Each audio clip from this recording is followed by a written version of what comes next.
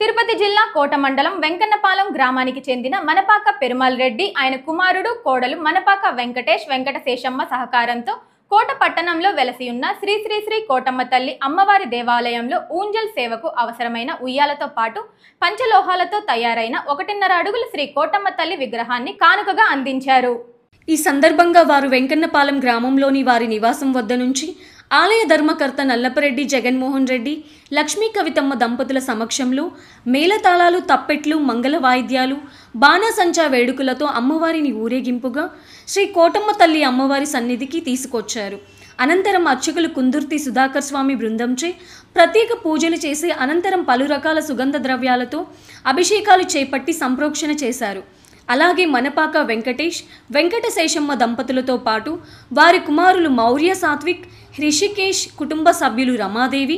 నారాయణ చేత వేద పండితులు మంత్రోచ్చరణల మధ్య ప్రత్యేక హోమాలు చేసి మంగళ వాయిద్యాల నడుమ అమ్మవారిని ఉయ్యాలలో ఉంచి ఊంజల్ సేవను చేశారు. ఈ సందర్భంగా దాతలు ఆలయ ధర్మకర్త నల్లపరెడ్డి జగన్మోహన్ రెడ్డి, లక్ష్మీ కవితమ్మ ఆధ్వర్యంలో అమ్మవారి పసుపు, కుంకుమ, చీర, కండువాలతో ఆలయ సత్కారాన్ని అందించారు.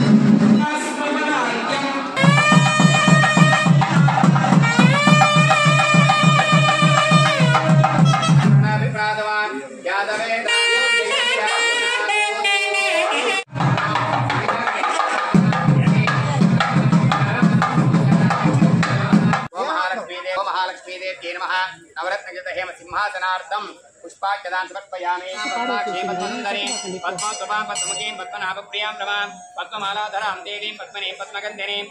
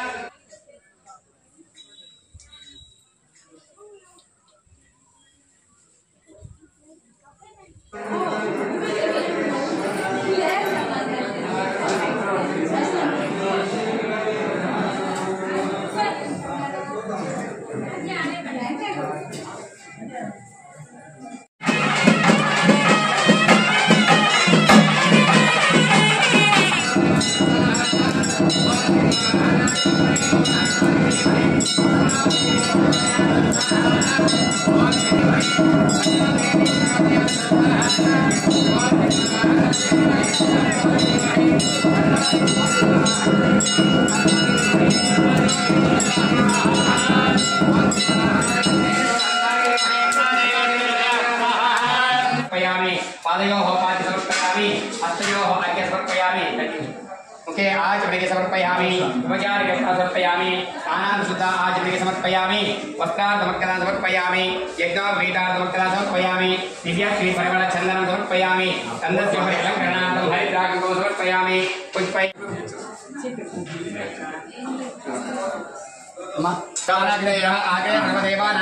आज बड़ी समर्पयामि नैवेद्यम् अमृतमस्तु अमृतो वस्त्रापयामि साक्षात् स्थापित प्रत्यक्ष दीपं दर्शयामि दोपदीपामृतो वस्त्रणमसि श्री कोटम्म तल्ली ऊंजल सेवी देव्यै नमः नमः